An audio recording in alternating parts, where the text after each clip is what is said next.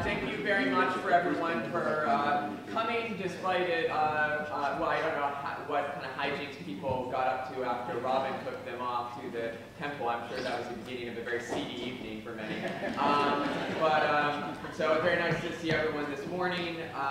And it's a pleasure to welcome Katie Turner, who of course will be familiar to all of you. We have two types of familiarity. One is great eminence, which we've seen in many times, I think, in our speakers, and also, presumed later eminence, but also someone who's been in charge of helping with so much of the conference. I think deserves a lot of appreciation on that end.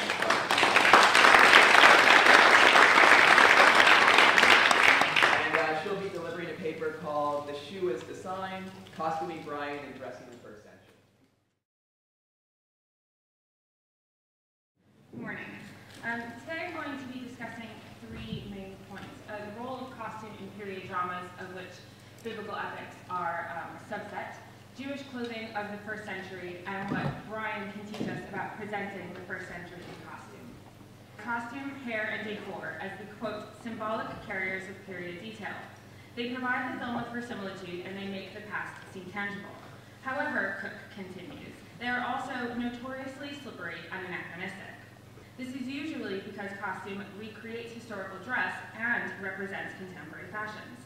It is also because costume can evoke emotions that can enhance a narrative, and thus designers will diverge from accurate recreations in order to achieve this. Walter Plunkett's frothy, voluminous dresses created for Gone with the Wind epitomize the successful amalgamation of historical knowledge, contemporary fashion, and emotive appeal. Although skirts were never as large as he presented, and by the early days of the Civil War, dresses of that style had already begun to narrow, the costumes Plunkett chose spoke to the overindulgent decadence of the Southern plantation owner. They also, perhaps problematically, evoked a sense of nostalgia for a bygone era characterized by the enslavement of millions of people. To that point, it is worth remembering that all period dramas, even those that hold the highest regard for the past they are recreating, contain an element of fantasy. The audience is not expecting a documentary, and there should be no responsibility to provide one. Costume, therefore, communicates much to the audience apart from historical context. As I have already mentioned, it reflects contemporary fashions. This is often simply to make it more visually appealing to a modern audience as concepts of beauty change over time, which we can see by these three Mary Magdalenes that I have up here. But it can also be a means of better communicating elements of historic fashion that do not translate well by contemporary modes of dress. And as an example, I have this plate, which shows French 18th century fashion. It was very common then for women's necklines to come dangerously low, but this was not considered sexually overt. But if we were to put this on screen today, that is exactly how a modern audience would read it. And so to deal with that sort of language barrier in clothing, costume designers will raise the neckline a little bit. Costume is also one of the key components of characterization, providing the audience with visual clues as to the character's personality and motivations. In Cecil B. DeMille's King of Kings, Judas is very ostentatiously dressed. He's got jewelry, and his costume is very big, especially when you look at it in comparison to the other disciples, such as Peter. This makes him come across as very materialistic, and it becomes no surprise that he's willing to sell out Jesus when that happens. We also have interpretation of the period, people, or events seen through costume. Mel Gibson's understanding of the New Testament, born from his particular Catholic faith, is clearly evident in his costuming of Mary and Mary Magdalene in a nun-like fashion. In Jesus Christ Superstar, the costuming expresses Tim Rice's fascination with the historical Jesus and the way in which Rice understood Jesus' motivations and mission. By presenting a Jesus and his followers as hippies in the film, or as Occupy Wall Street protesters in the recent stage version, the director guides the audience to interpret the message as one that is similar to these politically motivated groups. Finally, the costuming might also reflect or magnify a pre-existing bias or prejudice, or, by the same token, it can be used to correct or combat such things. Fagin, in the 1948 version of Oliver Twist, was costumed very much as Dickens had described him in the book, coming across in a very stereotypical wandering Jew sort of fashion, When Oliver Twist was remade in 2007 by the BBC, they worked to rectify this by costuming Fagin simply as a Victorian vagabond. In New Testament dramatizations, the biggest concern here is anti-Semitism as well, or anti-Judaism. This could be anything from overt displays of Jewish stereotypes, such as the horned hats that the high priests wore in the Oberammergau Passion up until the 1980s, to creating a visual divide between Jesus and his disciples on an Occidental hand, showing a greater commonality with Western audiences, and the priests and the Pharisees on an Oriental one, othering in costume. Ivan Davidson Kalmar provides an excellent analysis of this in his essay, Jesus Did Not Wear a Turban. Kalmar astutely points out that head coverings and Orientalist detailing increase in intensity the further away one gets from belief in Jesus. Even as we better understand Jesus as Jewish, through group dress, we are still visually representing Jesus and those who follow him as quite removed from those with whom he disagreed, despite their commonalities. Whatever the end result, all successful period costuming begins the same way, with a strong foundation in history. Creative decisions are made after academic research, allowing designers to capture the feel of the period even if the clothing itself is anachronistic. When it comes to biblical epics, often classed within the broader period drama or historical film genres, however, little research seems to be employed. Traditional imagery, itself changing over time, instead seems to provide the framework for costuming the first century. This is not entirely the fault of the filmmakers, however, as academia has little to offer them. Jewish clothing of the first century is quite an understudied topic, but there are reasons for that. Any exploration into Jewish dress is fraught with evidentiary problems. Whilst one should not be deterred by a shortage of materials, a shortage there most definitely is. Anybody attempting to find out how Jewish people of the first century dressed is faced with the same basic problem. Jews did not depict themselves or the human form more generally in art, understanding biblical prohibitions regarding idolatry as restricting such displays. As textiles, especially those made from wool and linen, do not generally preserve well, artistic representations of dress are immensely valuable for the historian, and it is in this form of evidence that the Jewish people of the Imperial Roman Empire, particularly those in the Palestinian region, largely remain a mystery. This does not mean, however, that there isn't evidence to be found. There is enough, in my opinion, to give us a strong sense of the type of clothing that would have been worn by the people of Judea, not to be mistaken with the Judean people, of course. The most spectacular and convincing evidence comes from an archaeological discovery made more than 50 years ago. In 1960, a group of Israeli archaeologists and volunteers led by Yigal Yadin set out into the Judean desert to excavate a number of caves just south of Qumran. The entrance to one cave in particular, set 50 feet up a steep rocky cliffside, presented challenge to Yadin and his team. Once there, however, the rewards for their effort proved monumental. Inside this large, remote cave, now known as the Cave of Letters, of which I'm sure many of you are familiar, were dozens of items ranging from common daily objects, such as baskets, dishes, and knives, to bronze ritual urns and bowls of Roman origin, as well as numerous human remains. Hidden down a narrow passage, Yadin discovered a treasure trove of documents and the remains of a woman named Babita and her family. The letters, it was determined, were military orders signed by Simeon Bar Kokhba, the leader of the Second Revolt against Rome, the first historical evidence of his life. Based on the documents, as well as the discovery of coins minted by Bar Kokhba's followers, it was concluded that Babita and her family and the other members of the cave had been hiding out after the failed revolt. The climate within the cave and its surrounds had preserved the artifacts very well, and thus Yadin and his team also discovered what remains to this day some of the most complete and earliest examples of ancient dress, including sandals, jewelry, scarves, blankets, balls of spun and dyed yarn, men's and women's mantles, burial shrouds, and a child's tunic.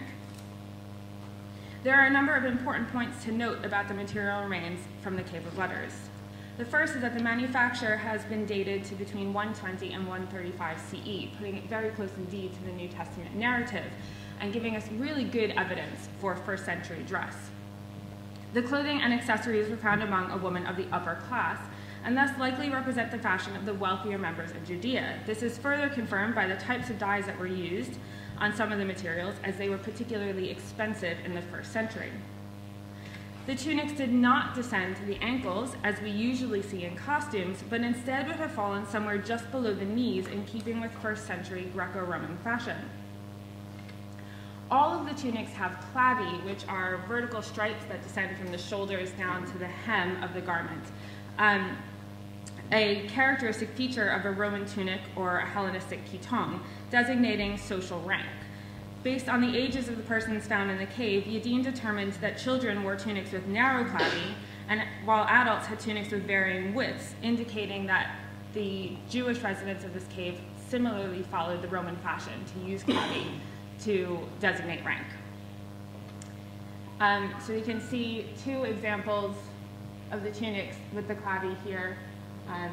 That's the second one. It's sort of hard to tell, but the widths are different. So the second one has wider clavi than the first one.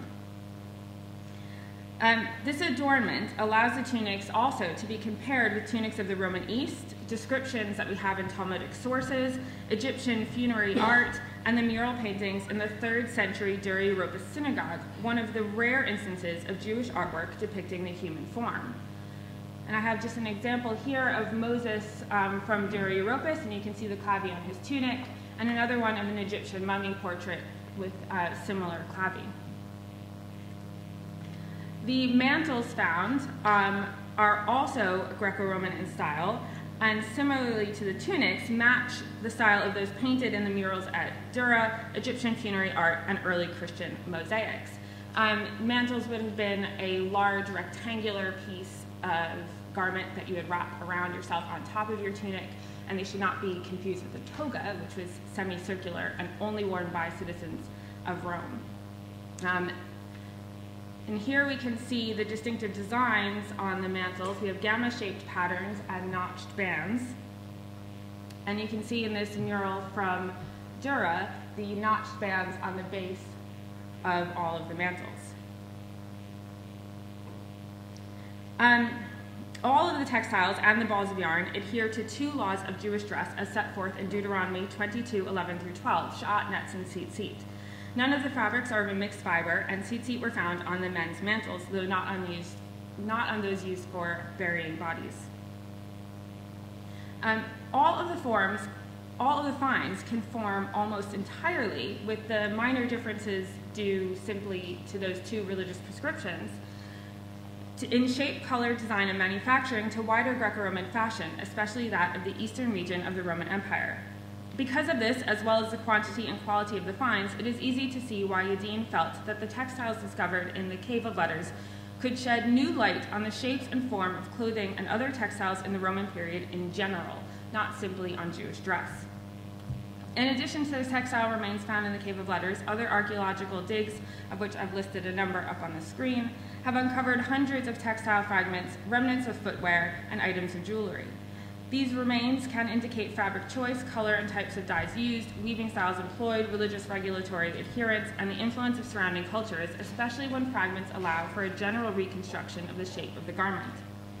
The murals found in the Dura Europos synagogue, as we have seen, can also be quite useful when used comparatively, but they do present a challenge nevertheless.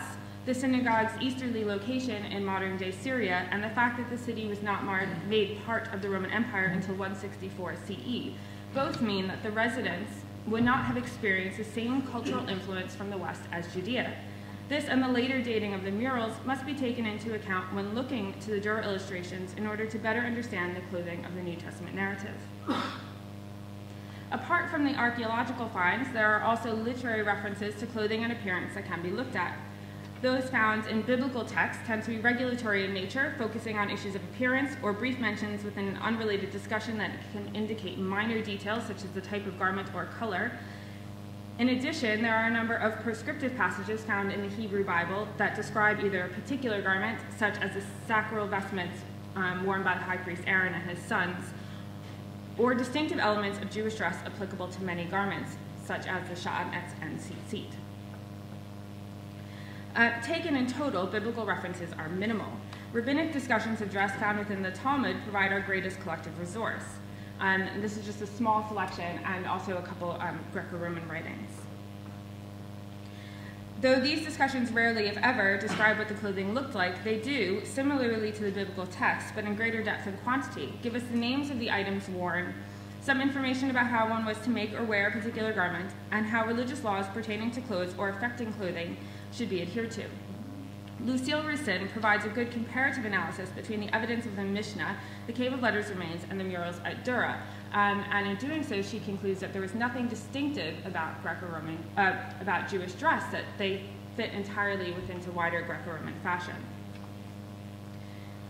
The Talmud can also provide more indirect information on clothing and dress through, for example, stories about mistaken identity between Jews and Gentiles, implying a similarity in appearance, or Jews concealing their identity by adopting or neglecting small items of dress, such as tzitzit. Similar examples of mistaken identity can be found in other Greco-Roman texts of the time, or instances of Gentile leaders requiring Jews to wear something distinctive to mark themselves out. If they already looked distinctive, there would be no such need. Shea Cohen collates a number of such texts, highlighting the value not simply of texts that directly discuss clothing, but of those whose overall discussions can imply something about dress. In addition, Cohen points out that the absence of texts discussing Jewish clothing at a time when the Greek and Romans liked to mock difference, as they did for the Celts, Germans, and Persians, indicates that there is nothing distinctive about Jewish appearance. On the contrary, he writes, there is much evidence that Jews, whether male or female, were not easily distinguished from Gentiles. When looked at collectively, the available evidence directs us to the same conclusions that scholars of the social world of the New Testament have long since drawn, that the Jewish people of Imperial Rome were a Hellenized society. As Martin Goodman has written, how and why and to what extent Greek culture was absorbed into the ancient Jewish world is not always clear, but that it was is undeniable. We should be presenting this conclusion visually in biblical dramas. We should be seeing a Jesus that looks like this, and not one that looks like this. We should be seeing high priests that look much like the men in the Dura murals, and not one that look like this. And this, at long last, brings us to Brian. I've often said in conversation that the life of Brian has the most historically accurate costumes in any Jesus film. Now that I'm speaking to a room full of academics, I must admit to being a tad hyperbolic. It is entirely anachronistic, for example, to have the same sea of beige Bedouins displaced in first century Judea that we see in nearly every biblical epic. However, there are a few specific points on which it differs that I would like to highlight. Costume is used to great effect in theater primarily, but in film as well, to group people together and to tell people apart. And this is demonstrated really well by, this is from West Side Story's recent stage production. And it's very easy to tell immediately who are the sharks and who are the jets. While this can be a useful tool for the audience, it can also prevent us from seeing people within a group as individuals. It contributes to a heightened sense of division between groups and like-mindedness within groups than what might be indicated by the narrative alone. In New Testament dramatizations, for example, the traditional costuming of Pharisees and temple priests in the same manner gives the impression that historically these two groups were one and the same. However, while some Pharisees might have been priests, most priests were not Pharisees. And there were some stark theological differences between the Pharisees and the Sadducees, as I'm sure everybody here is aware of. The Pythons, on the other hand, managed to imbue a personality on every individual. Not necessarily every individual, but many of the characters, even those in self-elected groups. If dramatizations were to costume its characters with a greater variability, as in Brian, perhaps based on social status rather than on belief or disbelief in Jesus, we might get a better picture of the social world of the New Testament. In the ancient world, as in much of human history, clothing styles, fabrics, and dyes helped to underline the key hierarchical status layers into which society was divided. That first-century Judeans were no different is evidenced by the use of clavi of varying widths in the Cave of Letters remains, as well as the different colors of dyes that were used more or less frequently than others. Jerusalem was a city with an aristocracy, the Sadducees, an educated class, as many of the Pharisees were, and a merchant class, as it was a trading city.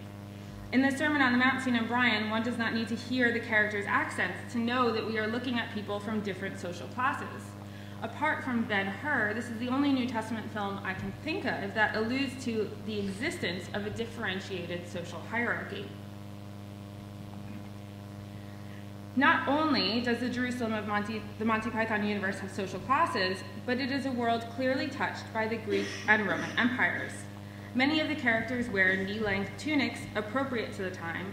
Brian wears a petasos, which is a Hellenistic sun hat, in the Colosseum, and its wealthiest couple appear the most Hellenized. As we have seen from the historical evidence, this is how first-century Jews should appear. And finally, Pontius Pilate. When a film about the life of Jesus claims historical accuracy, there is one simple litmus test that can be used. What did Pontius Pilate wear? By the late Republican, early imperial period of Rome, fashion has become an incredibly important mechanism of social interactions. The sheer comprehensiveness of the ancient scholarly literature on dress illustrates how deeply significant it was to Roman mentality, i.e., there is quite a lot of evidence to look for. What one wore and how they wore it was dictated by legislation, part of which included the requirement to wear the toga in any civic context, such as presiding over a trial as a representative of Rome.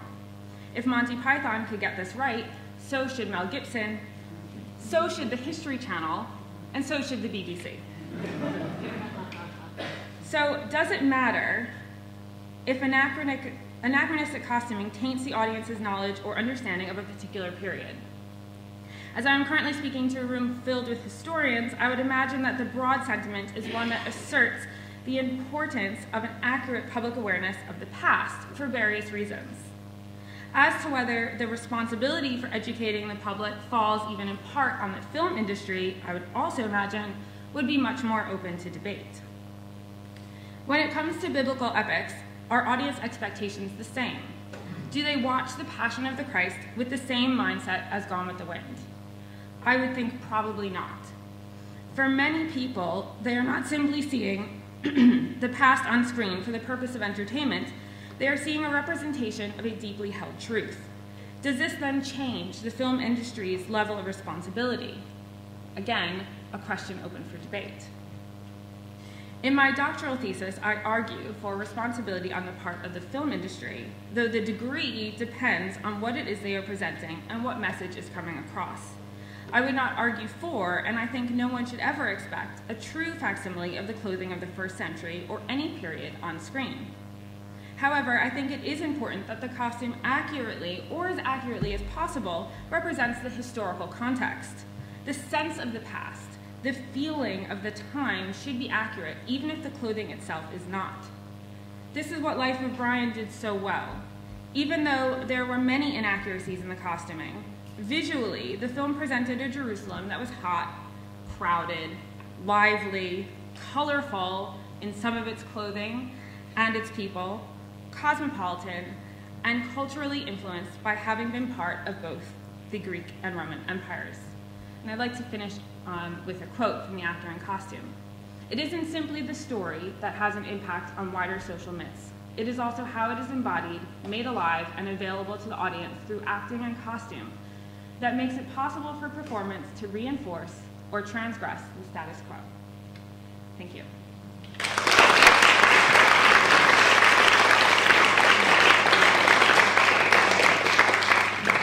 Katie asked that you take it easy on her in the questions, but it was far too polished of a paper, so it's clear she's already a pro, so have at her. And I'll let you field your own questions. I have some questions, but I'd like to begin with anyone in the audience. Yeah, could you say something about whether we know whether styles change much over time? I'm wondering if we know something about the Bar Coco revolt that applies to what was happening 100 years earlier. I think if we look at Greco-Roman fashions in general, then that can give us a really good idea of how quickly fashion changed. And once we determine sort of which sort of cultural setting Jewish fashion sat in, we can then look to what is a much broader amount of evidence to answer that question. And what we know is that fashions did change over time, but not that fast. Certainly not as fast as we are currently used to. If you were looking 200 years BCE, there would be differences in fashion to the first century. But there weren't a huge amount of differences between the turn of the Common Era and midway through the second century. Not enough to be as wrong as we are. In the first century, did Jewish men wear long fringes and on their clothes, and did Gentiles? There are a couple of sources that refer to tzitzit, which are the fringes. So we know from the remains in the Cave of Letters that they did put them on their mantles, which was the only thing that would have 4 corners. We also know from some of the sources that if a Jew wanted to disguise himself, he might not include that on his mantle. But Shea Cohen actually discusses this in his essay that I cited, and he says that most of the evidence doesn't indicate that they were big enough or long enough or ostentatious enough for people around a Jew to automatically see, oh, that person has tassels, they must be Jewish. So, but we don't know exactly how common it was to be worn. Don't really know. What you make of those texts that ask women to dress modestly? It's not about neckline, I assume. No, we have a little bit of evidence as to women's dress, though not as much as to men's. There are some references to Jewish women in the Eastern diaspora wearing veils, but so did Gentile women. So how much that was particularly a Jewish feature, don't really know. Most of the Talmudic references to women and dress have to do with women's roles in making clothing. A woman was meant to spend all of her time weaving, lest her hands get idle, because we don't know what that could lead to. So we don't really know exactly what they wore, because the discussion just has to do with their responsibility in actually making clothing, and that applied to a woman of any class. So I don't really know how modest they would have been. Do you know how many sets of clothing people would have? Would they look the same every day? Would they have one set, or will Brian be dressed one way Monday, same Tuesday, or same Wednesday? Was it one set, or people that were not extremely good more, or do we know anything about it? I don't know that much about it. I would imagine, based on, if we were to extrapolate from things like the cost of the materials and the effort that went into dyeing, and how time-consuming it was to make a garment, then we can imagine they didn't have very many. We do know that Jewish tunics differed from tunics that were standard in worn by the rest of the Gentile population, in that most tunics would be made from a single piece of fabric. So you would have one large piece of fabric, you would wrap it around yourself, sew the top together, and sew down. Jewish purity laws meant that if you had an imperfection or something that made you unclean, you would have to get rid of the entire garment, which that's a lot of time, effort, and money down the drain. So in the tunics that have been discovered, and in some of the Talmudic sources as well, it discusses the fact that they're made from 2 pieces. So instead of one piece, it's a front and a back. And Lucille Roussin discusses this, and her theory is that that was done to prevent having to discard an entire garment. So if you came into contact with something that made you impure, you could get rid of just the front half and replace the front half, or just get rid of the back half and replace the back half, which again implies that they didn't have very many. purified.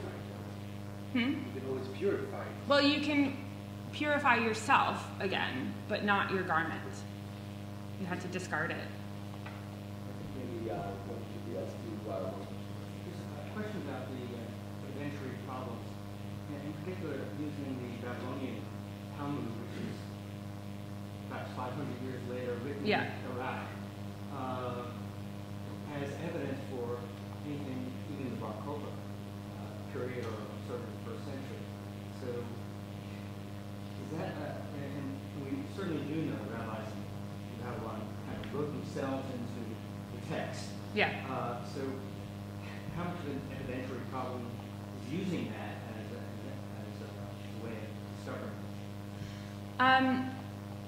That obviously, contributes to the problems that we have, because if we don't have all of the sort of visual evidence that you get from Gentile populations, all the statues and the funerary art that you get from Egypt, and things that give you quite a lot of, quite a really good picture, actually, of what people wore, that you don't need to turn to written sources to the same extent. But with the Jewish population, we really do need to turn to written sources. So obviously, you have to be wary of anything that's too far displaced in time from the time period in question. But one of the things that does stand out is just the lack of difference. So if you look to some of the things in the Babylonian Talmud that indicate that Jews were just not, and you couldn't look and see a Jew in a crowd of people, I can't imagine that that changed. I don't think that in Judea they wore, where they were living amongst each other, they wore lots of really distinctive dress, and then went out into the diaspora and all of a sudden stopped wearing distinctive dress. So I think there are certain things that we can extrapolate even if it's quite far removed.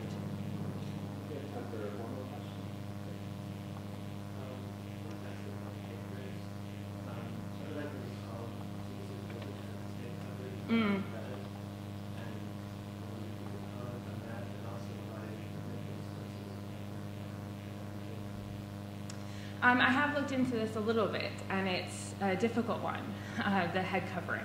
And I think here we are going to have to be making lots of guesses, suppositions. There are some requirements that you should cover your head, but then there are other discussions about people not covering their head, and it's the same with payas. What exactly does it mean to trim the corners? And so there's a lot of debate, and it's difficult to know where, in general, the public fell on this. But with specifically the issue of Jesus not having a head covering, and the high priests always having these huge, ridiculous hats, that is a later visual indication. It's something that makes Jesus look accessible, Occidental, like us.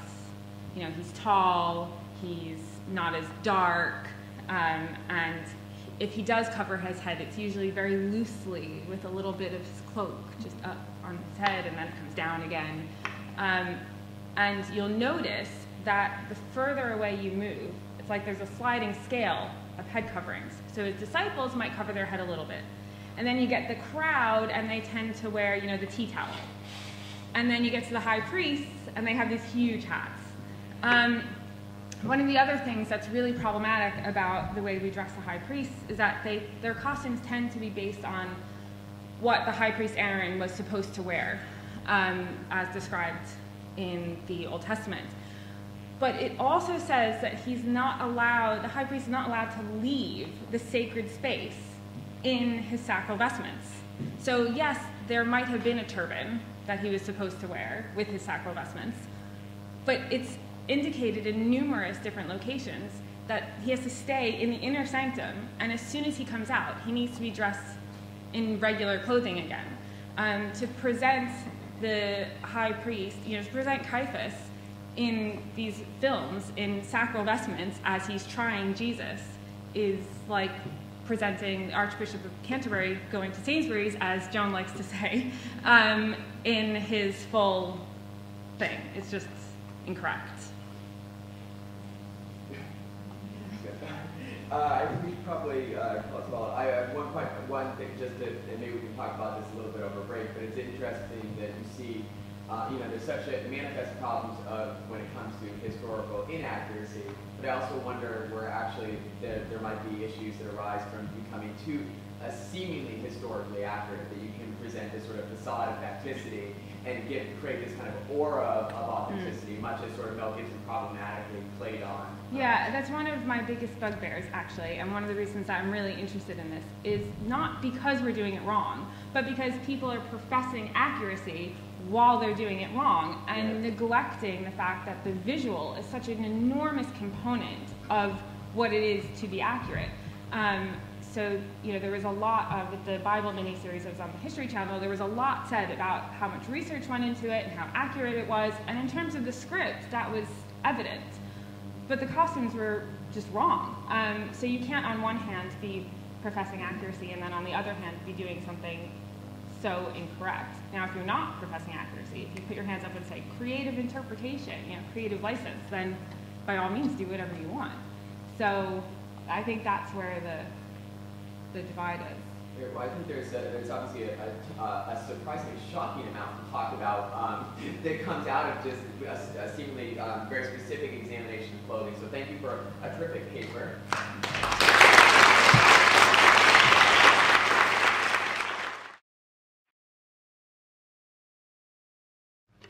And now, please join me in welcoming Professor Levine, who will be familiar, of course, to almost anyone who's sort of literate in the field of New Testament studies, for numerous books as well as commentaries. She's a professor at Vanderbilt University, as well as an affiliated professor of the Wolf Institute in Cambridge, so familiar to us on this side of the ocean as well. And she'll be talking about the way Brian redresses the stereotypes and actually opens meaningful conversation on topics summarized by the question, and because I'm an industry person, I'll just read this aloud. How shall we fuck off, oh Lord?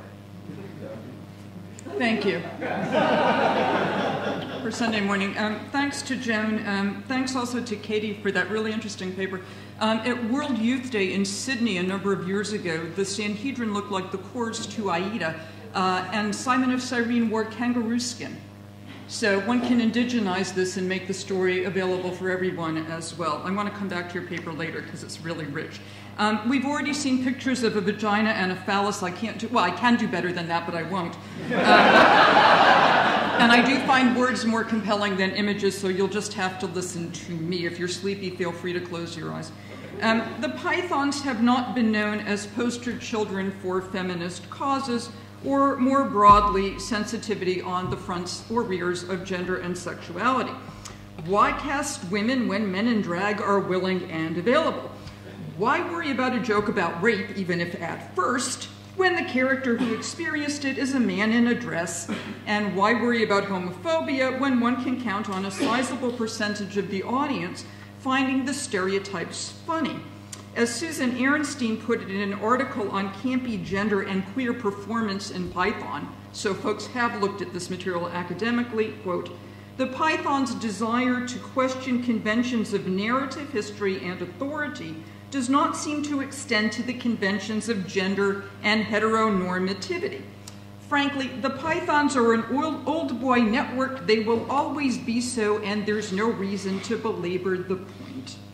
It's not as if the troupe necessarily seeks to reinforce hierarchical gender constructions.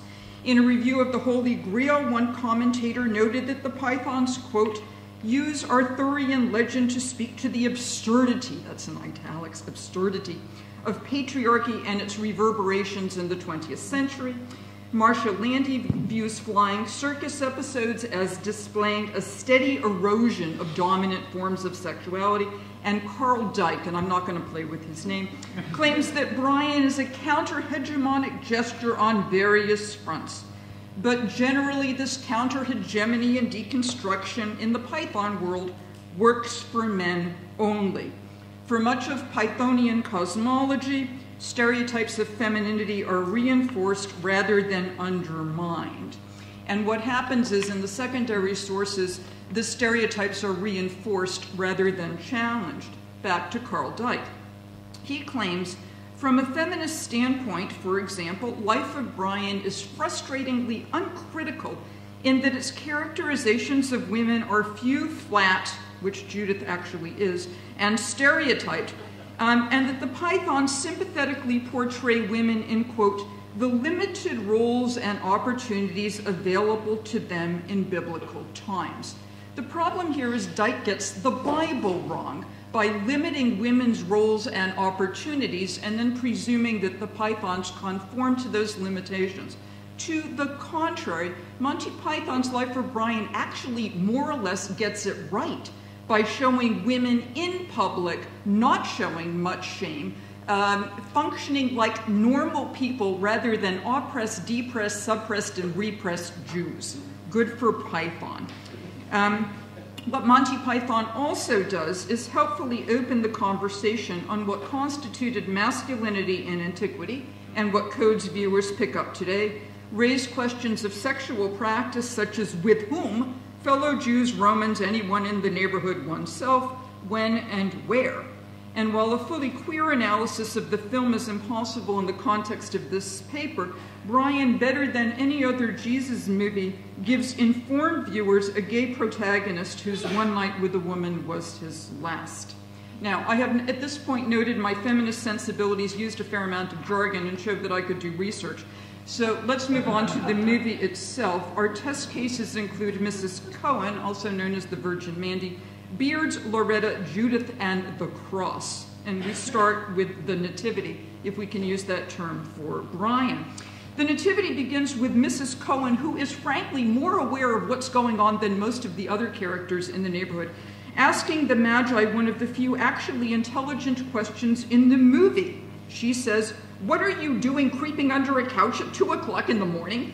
And then accuses them of being led by the bottle, more like, as she shoos them away.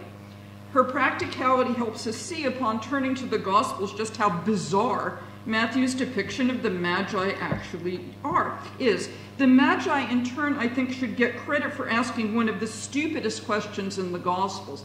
At the time of King Herod, according to Matthew, after Jesus was born in Bethlehem of Judea, Magi from the east came to Jerusalem asking, "Where is the child who has been born King of the Jews?" This is an extraordinarily stupid question.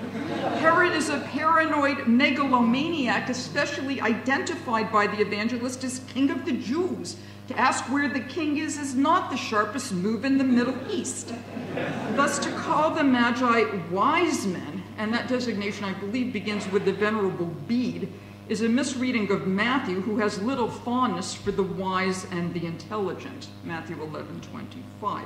Upon learning that the Magi have brought presents, Mrs. Cohen changes her mind and says, "Well, why didn't you say so? He's over here."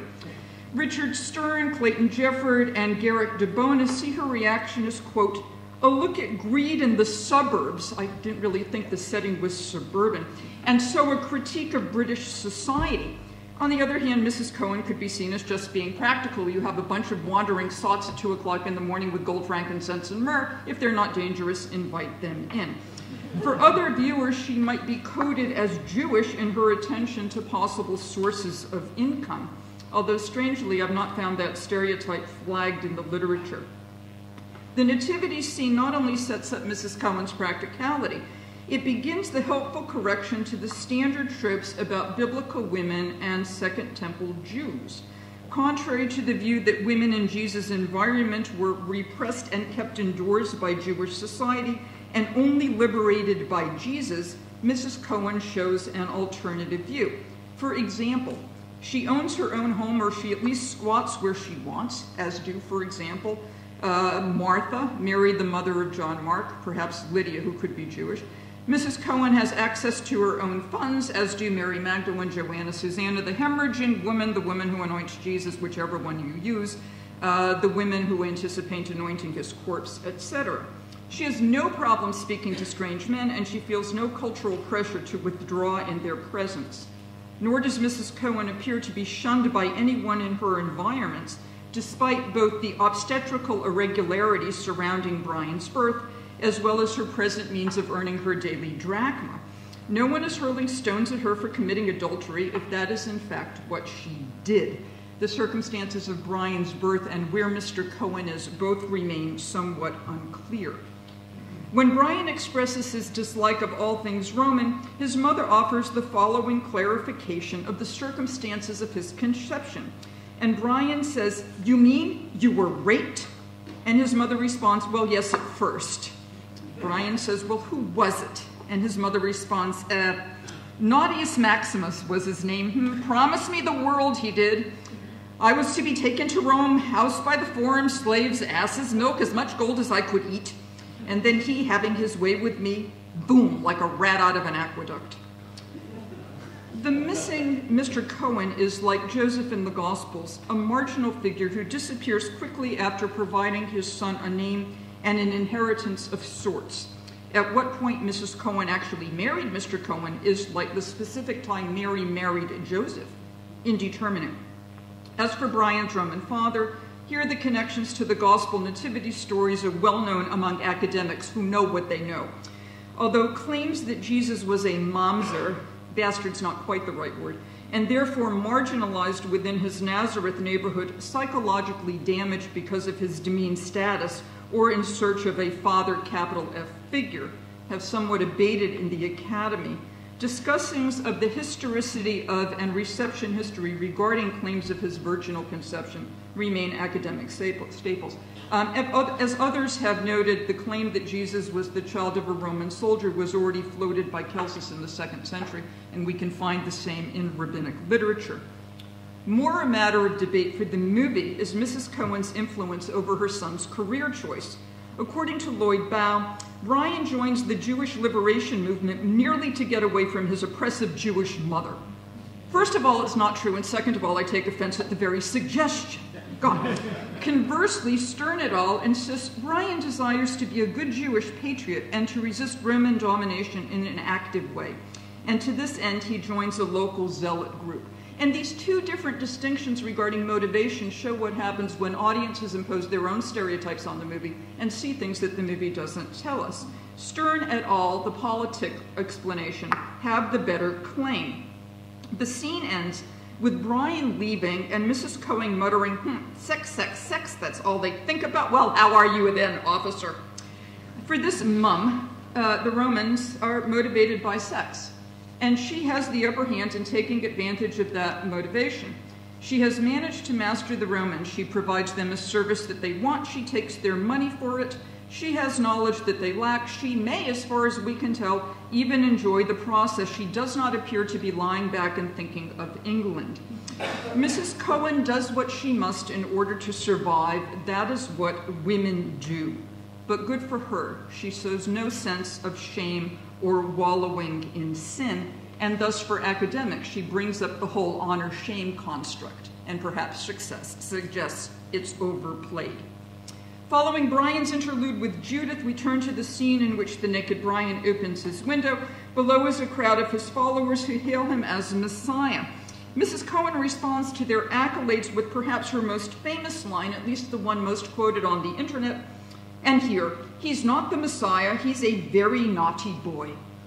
Mrs. Cohen's desire, although expressed in a problematic way, is to protect her son, and that's consistent with what the Gospels suggest about the relationship between Mary and Jesus. In Mark's account, which Matthew and Luke clean up and which is absent in John, Mary is likely to be among those family members who seek to restrain Jesus, whether to protect him or to silence him or both, for, quote, people were saying he has gone out of his mind. And the scene leads to the rejection of Jesus' natal family. Mary does not understand her son. Mrs. Cohen, as we shall see, does not understand hers either. Following the public acclamation of Brian as the Messiah, an indiscreet man says to Mrs. Cohen, "Are you a virgin?" We saw that yesterday in Paula Fredrickson's talk. She responds, "I beg your pardon. If it's not a personal question, are you a virgin?" And she says, "If it's not a personal question, how much more personal can you get? Now piss off."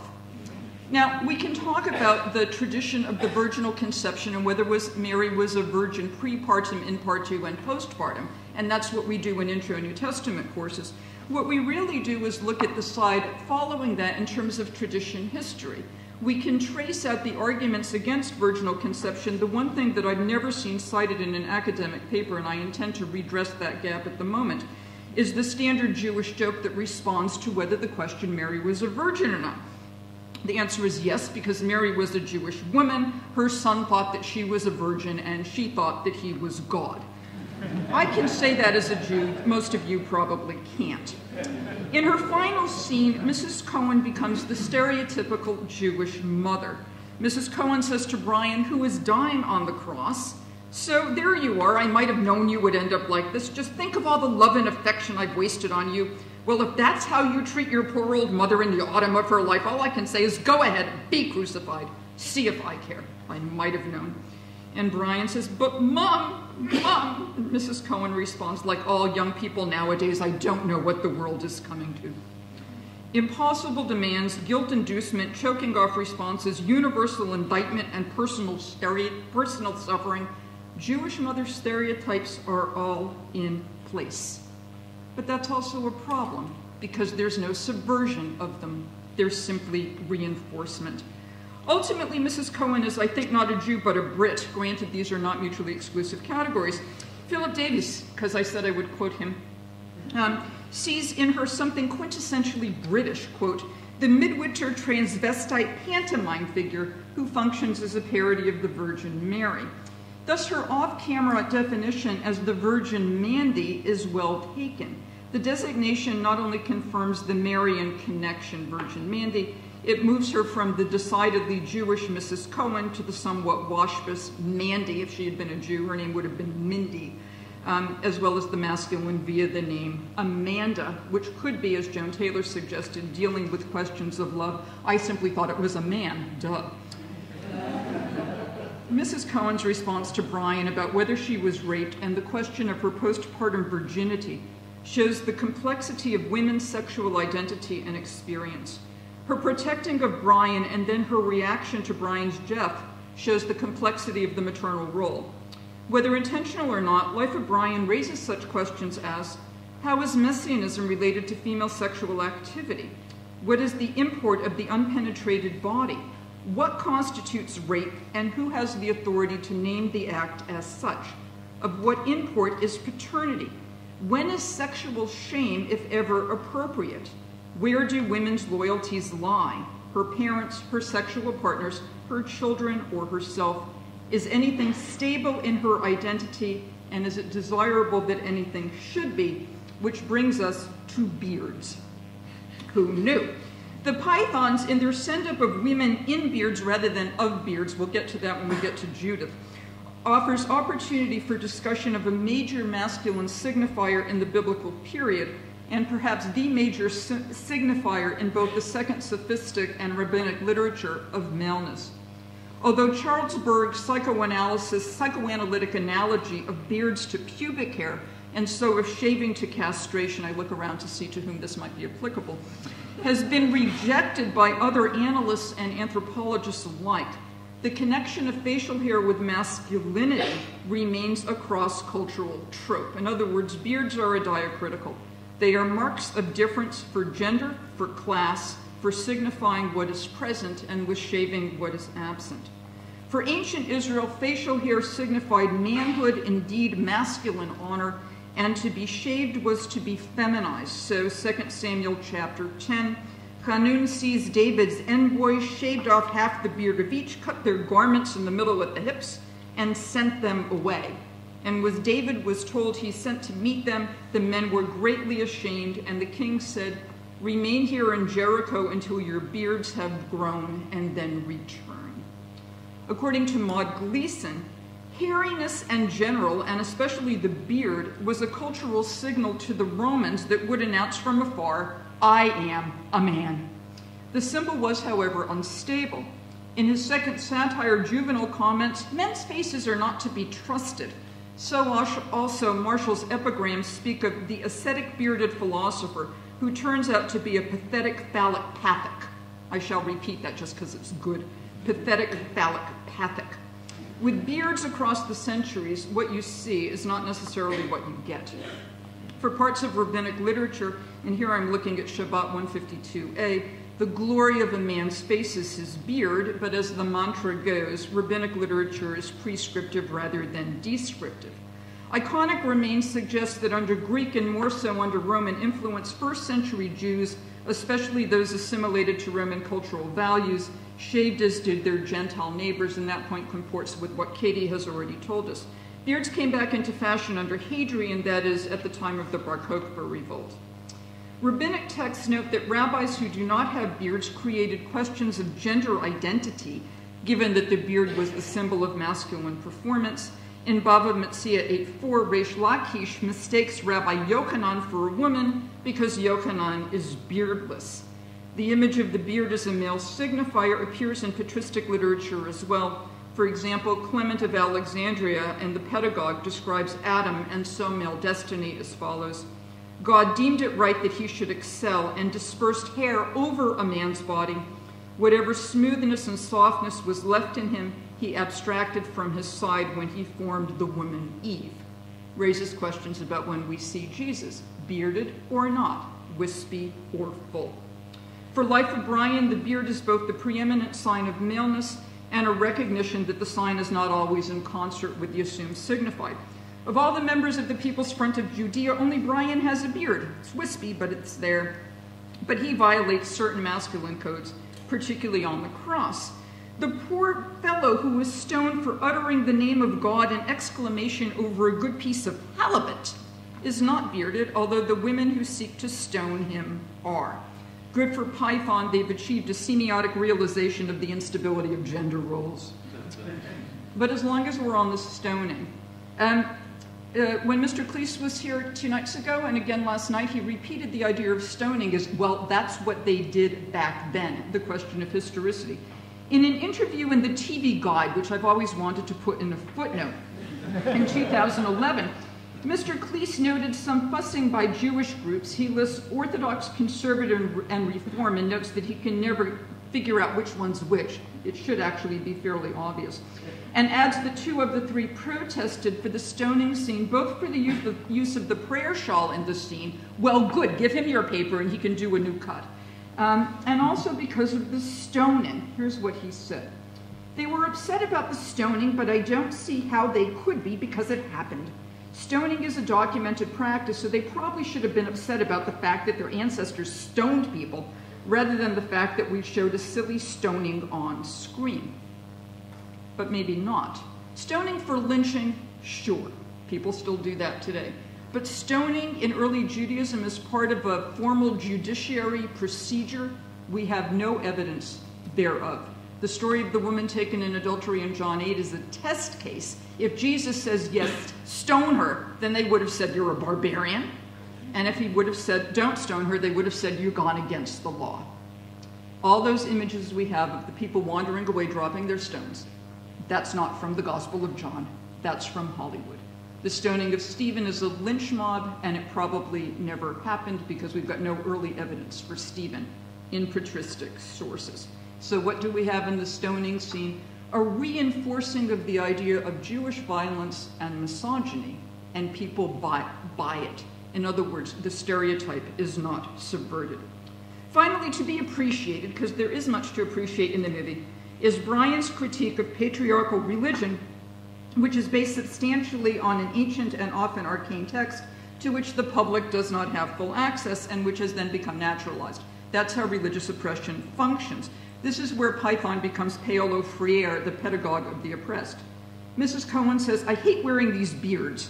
And Brian smartly asks, why aren't women allowed to go to stonings, Mum? And Mrs. Cohen responds, it's written, that's why. Except it's not. And then we go look. Mrs. Cohen is not quite Yentl, but she's on her way. Closer to Yentl is Stan, and so we move to Loretta. I hope we remember her. One internet post asserted, Monty Python represented the liberation group as a parody of queer theorists who were manipulating their audience to find humor in the serious issue of reproductive rights whenever it was discussed by feminist activists. Who knew?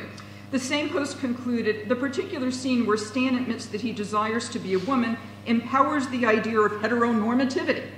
Who knew? Again. First, the issue isn't heteronormativity, it's gender construction. And second, and Helen Bond already pointed this out when she cited James Scott, to be able to parody something is a political move in which the importance of the subject is then acknowledged and then deconstructed. Stan says, women have a perfect right to play a part in our movement. And then the question comes, why are you always going on about women, Stan? Stan responds, I want to be one. I want to be a woman from now on. I want you all to call me Loretta. The idea of a first-century Jewish man wishing to be a woman should be of no surprise to anyone who has kept up with issues of gender fluidity in discourse of Second Temple and rabbinic Jewish literature. Stan opens up the subject of the male use of female imagery and the role of gender bending in political discourse. Stan finds his sister in St. Paul. In Galatians 4:19, Paul writes to his congregation, my little children, for whom I am again in the pain of childbirth until Christ is formed in you. Paul is here a mother giving birth to the Christ who is also the child in the wombs of the Galatian. Python could not have done it better, nor Paul. Second, according to John 19:34, a centurion pierces Jesus' side with a spear, and at once blood and water come out. The imagery is not only overdetermined with concepts of Eucharist and baptism, it is evocative of parturition as well, and in later Christian reception, lactation. The body of Jesus gives birth to those who believe in him, and it nourishes them as does the body of his mother. Thus, the Gospel's opening hymn with the incarnate word bears the characteristics of Sophia wisdom, confirms the gender-bending aspects of the Johannine Christ. Loretta, thereby, is theologically profound. We can belabor the point. Gender crossing with attention to the more male who becomes female can be seen as a form of resistance to a culture that equated power and dominance with maleness and masculinity and with the husband's natural, the quote says natural, I debate that, natural position in coitus. Where Roman culture despised the submissive male, both early Christian and early Jewish cultures valorized him. Loretta's body, as far as I can tell, is not a submissive one. It's rather just one that wants to give birth. So she subverts the subversion. In turn, rabbinic sources depict Rome, often via the image of Esau, as hypermasculine. Again, Life of Brian subverts the subversion. Bigus Dickus is eponymously hypermasculine, even as his characterization puts the correlation of hypermasculinity with heterosexuality and with Rome into question.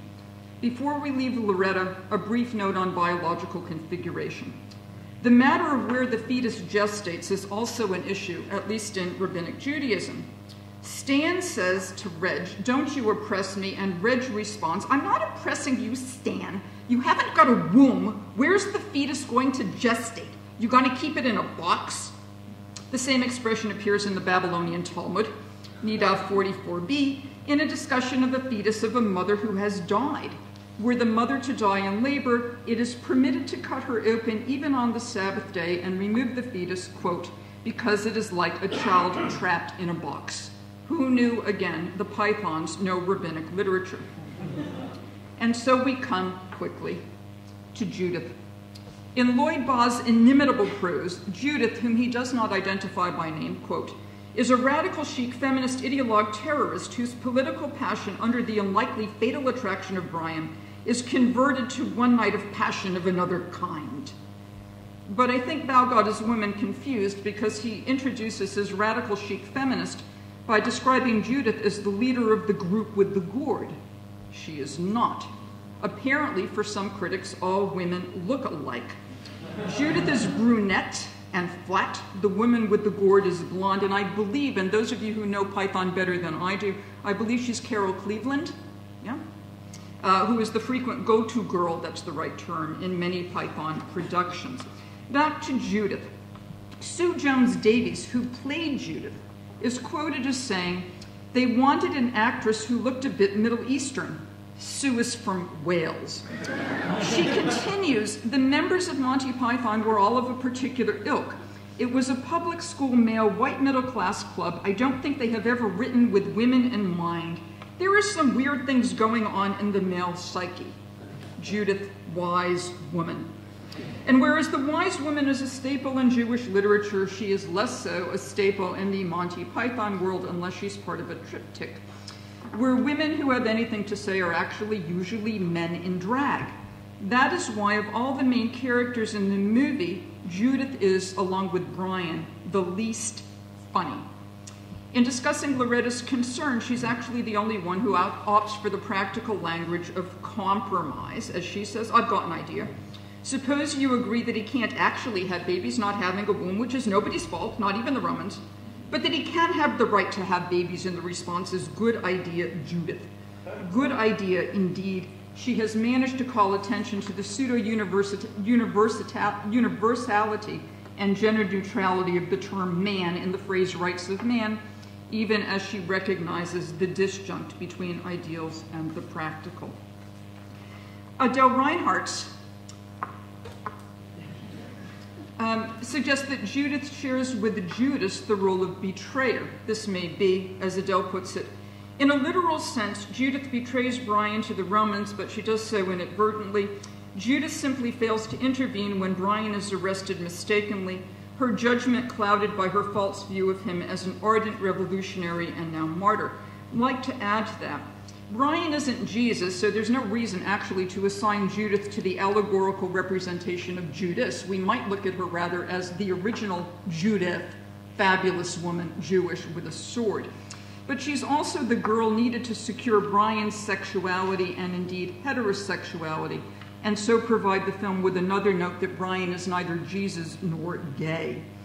Judith also, together with Mrs. Cohen, provides the counter to the more puerile aspects of Pythonic sexual humor.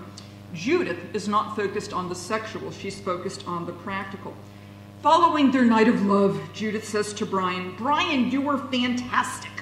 Brian responds, "Well, you weren't so bad yourself." And Judith says, no, what you just said now was quite extraordinary. Her interest in Brian is more from his presumed cutting-edge politics than from his less than cutting-edge penis. We think about, what do women want? One other point about this, Mrs. Cohen, following that night, describes Judith as a Welch tart.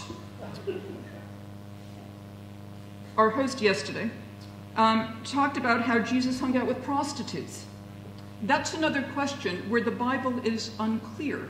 He's accused of hanging out with prostitutes, but we have no woman in the text who is officially identified as a prostitute with whom Jesus hangs out. He may well have, but the data are not there. More historically intriguing is Judith's reaction to Brian on the cross. "Terrific, great. Rich has explained it all to me, and I think it's wonderful what you're doing. I'll never forget you." She thinks he dies as a martyr. The story of Brian's death, absurd in the plotline, is granted meaning by a woman at the foot of the cross. In antiquity, the idea was that hysterical women found all this believable. In some contemporary feminist discourse, sane women found it believable. We can question the sanity and the role of women. And finally return to Brian, "I'm Brian and so's my wife," or rather, "Behold the man," which works better here in Latin. Given Brian's practicality, which checks and matches even that of Judith, he is actually ultimately feminized. That's not what we would have expected from the opening credit, the James Bond sounding. His face became spotty, his voice dropped down low, and things started to grow on young Brian.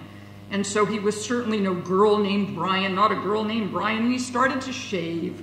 And he wanted to see girls and go out and get pissed. A man called Brian. At the end, Brian is not a man, at least as one would be coded in the 1st century, but he's not a woman either. Skilbrack nails him appropriately. He says, "Brian whimpers, he's pushed around by his mother. As a revolutionary, he's incompetent, and he cannot compose a proper sentence in Latin, even when just composed of 3 words. At the end, rather than talk himself out of the cross and use Jewish cleverness to live rather than die, he is crucified. His body becomes an object on which others act. And even in his death, his is not the image we remember." His character thus becomes an open symbol, as does his body, on which commentators will continue to express their desires and ask their questions. And so we asked again, what do we do, or at least what has Python done for us regarding issues of Brian, gender, and sexuality? Does the movie question stereotypes of how women act or stereotypes of Jews, or does it reinforce them? Is it not sufficiently satirical to call into question our own stereotypes? Moreover, what does parody or satire look like when the person doing the satirizing or parody is not a member of the group being parodied or satired? It's one thing for members of the British community to satirize the working class. It's something else for Brits to parody the French or the Norwegian or Jews. It's one thing for women to parody women. It's something else when men do it. Yes, we should laugh at this movie. It's funny. But at the same time, we might also, underneath that laughter, perhaps become a little bit more nervous at exactly what do we laugh. Thank you.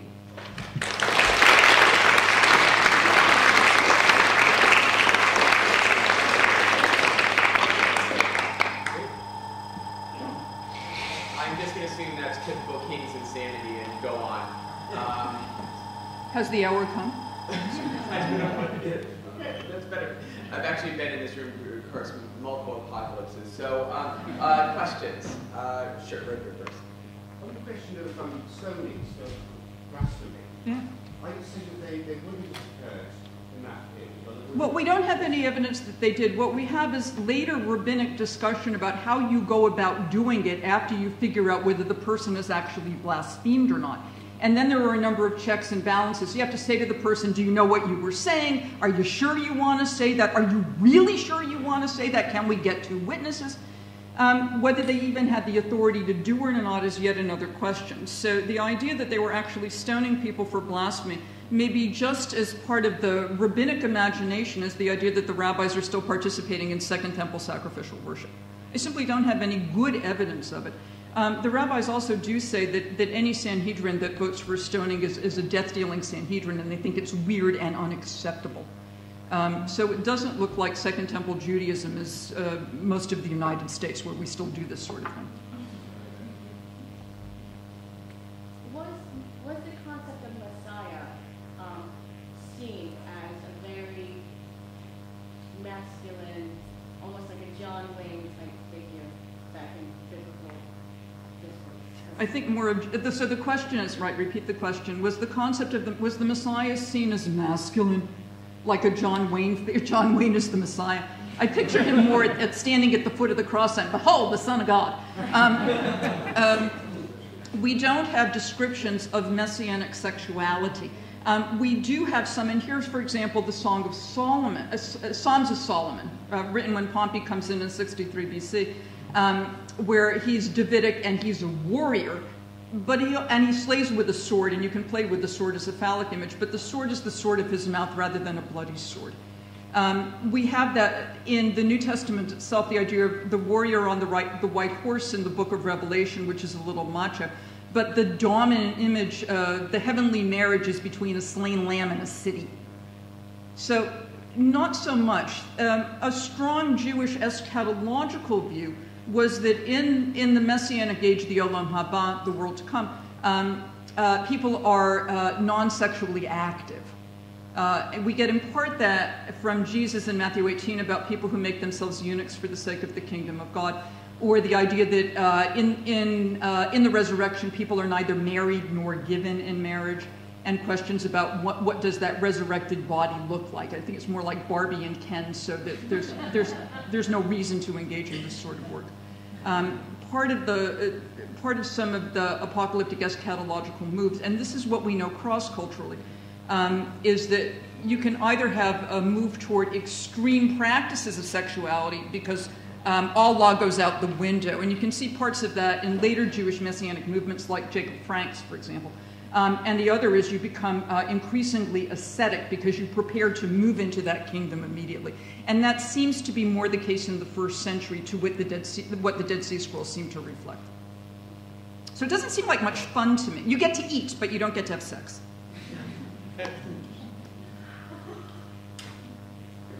I'll ask one question. Sorry, sir. Okay. Interesting about that. I think it's great to have an opportunity to talk a little bit more about the Jewishness of the characters in Levine. Do you think there's a kind of a roving target in terms of what the Jew is as being imagined by the Pythons? That sometimes it feels to be that the target is maybe a sort of mandate Palestine Jews, or sometimes it seems Israeli Jews, sometimes maybe a caricature of an American Jew that lies behind it. Can you maybe speak to that a little bit of where the locus is of the Jew? Everyone hear that? Good. Okay. I think if they had kept in the auto scene, that question would fit more, because that really is a problematic scene. I think the prayer shawl aspect in the stoning scene is just kind of accidental and stereotypical. And I don't think that they harbor deep-seated negative concerns. I also tend to be, unless they tell me up front, damn Jew, I'm inclined to be friendly. What I'm more interested in, this is, by the way, academics, if we don't want to answer the question we've been asked, we change the question. Here's how you do it. What I find to be the more profound question is to say, what is the reception of this material? And that's why I was so stunned by some of the critiques when I went hunting for work on Brian, gender, sexuality, but also Judaism, to find that the secondary sources reinforce the stereotypes. And then I thought, well, I have classes, so I said to my students, how many of you have seen Monty Python, Life of Brian? I teach in a divinity school, most of them have. I said, tell me about women's roles, tell me about gender and sexuality. And they came up with exactly the same stereotypes that I've been attempting to disabuse them of. So the movie doesn't undermine them, it reinforces them. And I think that's a missed opportunity, but I don't know what they could have done otherwise, particularly in the 70s. So if somebody wants to make a remake, maybe they could have a woman star as Messiah. Thank you very much.